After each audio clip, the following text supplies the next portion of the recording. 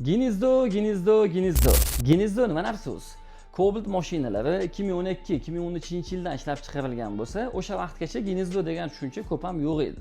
Cobalt mashinalari chiqqandan keyin Gnezdo ham cho'kib qoldi, 100 ming kilometr yurmasdan mashinam qaltirab qoldi, gaz rasxotim ko'payib ketdi, svetoforlar kelganda texot o'ynab mashinam uchib qolyapti degan shikoyatlar juda ham ko'payib ketgan va bundan bu yog'iga ham davom etib boradi. Gnezdo nima narsa? Gnezdo motor ichida turadigan, galovkada joylashgan oddiy bir detal. Ya'ni, men ko'rib turgan narsalar galovka bo'ladigan bo'lsa, Cobalt mashinasini galovkasi. Hamma galovkani tuzilishi bir xil bo'ladi. Ya'ni, Cobalt mashinasida 16 ta klapan, xuddi shu klapanning tag qismida turgan narsa Gnezdo deb nomlanadigan bo'lsa, Cobalt mashinasidan tashqari Lacetti mashinalarida ham, Birolta mashinalarda ham xuddi shunaqa galovka, raspirval, klapan va Gnezdo bo'ladi. Nima sababdan Nexia mashinalarida 300 ming, 400 ming kilometr yurganda ham Gnezdosi cho'kdi degan muammo paydo bo'lmagan, Cobalt mashinalarida paydo bo'lib qolyapti. Buning sababi nima? Menimcha bu narsa hammaga qiziq bo'lsa kerak. Men sizlarga buni dehqoncha qilib, sodda qilib tushuntirib o'tishlikka harakat qilaman. Ko'rishinglar mumkin.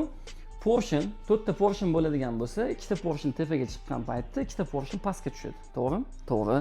Klapanlar esa birin-ketin. Misol uchun, mana raspirvalni aylantiradigan bo'lsam, mana yaqinroqdan ko'rsat. Raspirvalni aylantiradigan bo'lsam, klapanlar kirib chiqadi, hammasi ko'rinyapti. Shu klapan kirib chiqaverganning hisobiga klapan Gnezdoga urilib, Gnezdo cho'kishli holati kuzatilib qoladi. Bu birinchi sabab. Ikkinchi sababi va asosiy sababini ko'rsatib o'taman. Oldinlari Nexia Sonus, Nexia Donus, Lacetti 1.8 va shunga o'xshagan mashinalarda Gnezdo kam cho'kkanligining sababi qo'limda turgan narsa bu gidrokompensator, ya'ni gidrokompensator bu ichi ligirovkali bo'ladi. Klapan kelib urilgan paytda ezilish hisobiga Gnezdoga ko'p ham nagruzka tushmaydi. Cobalt mashinalarida qanaqa? Cobalt mashinalarida esa bunda gidrokompensator emas, oddiygina stakan. Ya'ni bo'shliq, bo'sh quti deb nomlaydigan bo'lsak ham menimcha to'g'ri bo'ladi. Bunda ichi ezilganligini hisobiga klapan kelib urilgan paytida ezilish hisobiga Gnezdoga ko'p nagruzka bo'lmaydigan bo'lsa, bunda oddiy stakanligi uchun Gnezdoga nisbatan ko'proq nagruzka keladi va cho'kish ehtimoli ko'proq bo'ladi. Endi Gnezdo cho'kmasligi uchun nima qilish kerak? Gnezdo cho'kmasligi uchun mashinani sekin haydash kerakmi avaylab yoki bo'lmasa bosib tezlik bilan haydashlik kerakmi? Menimcha bu savol hammaga qiziq. Sekin yuradigan bo'lsa, mashinam ish ko'rsatmaydi degan tushunchada bo'ladi ko'pchilik. Yo'q, unaqa emas.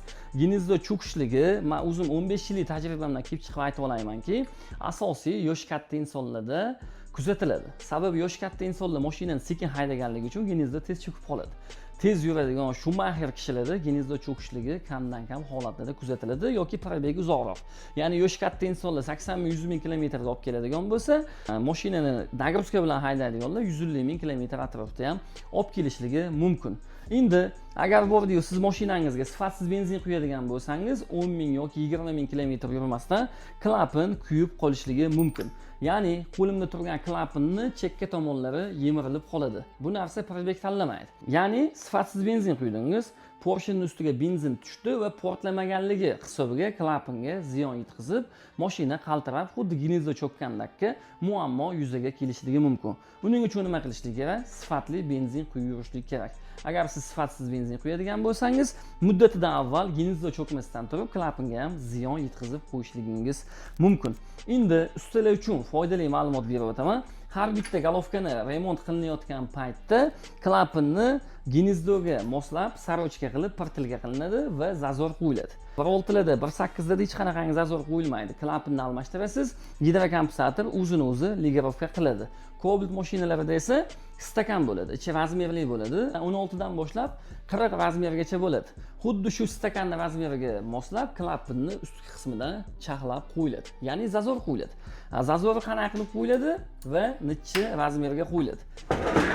Qanaqa qilib qo'yilishligini sizlarga tushuntirdim. Ya'ni klapanni kesiladi, endi esa necha razmer qo'yiladi. Razmer haqida keladigan bo'lsak, shu raspirvalni aylantirgan vaqtingizda boltachasi tepaga qaragan paytida stakan bilan raspirvalni orasiga shub tiqadigan bo'lsangiz, tepa tomoni 15, past tomoni 20 bo'ladigan bo'lsa, mashina chaqillab qolmasdan klapanning ovozi baland ovoz bermagan holatda cho'tki xizmat qiladi. Agar bordi-yu, zazor to'g'rayib ketadigan bo'lsa, 5 lik shup ham sig'may qoladigan bo'lsa, bu degani gnezdo cho'kyapti degan. 35-40 zazor ketadigan bo'lsa-chi, deyiladigan bo'lsa, bu asosiy mashinasini ko'p haydaydigan kishilar uchun, ya'ni bir yilda 150 ming, 200 ming kilometr yuradigan akalar uchun zazorini 30 ga 40 qilib qo'ysa ham bo'ladi. Boshlanishda ovoz ozgina balandroq bo'ladi, lekin probeg 2 karra ko'proq xizmat qiladi. Menimcha gnezdo haqidagi hamma savollarga tushunarli javob berdim degan umiddaman. Endi eng asosiy savol, puli. Qancha pul ketadi? Puli qo'yiladigan zapchastdan kelib chiqib 1,5 million so'mdan boshlab 3 million so'mgacha ketishligi mumkin bo'ladi. Nimaga? Chunki ochgan paytingizda faqatgina klapan, gnezdo yoki da bo'lmasa golovkani o'zi bilan emas, pompa, termostat, motor moyi, antifriz shunga o'xshagan narsalar qo'shiladigan bo'lsa, rasxoti nisbatan qimmatroq bo'lishligi mumkin.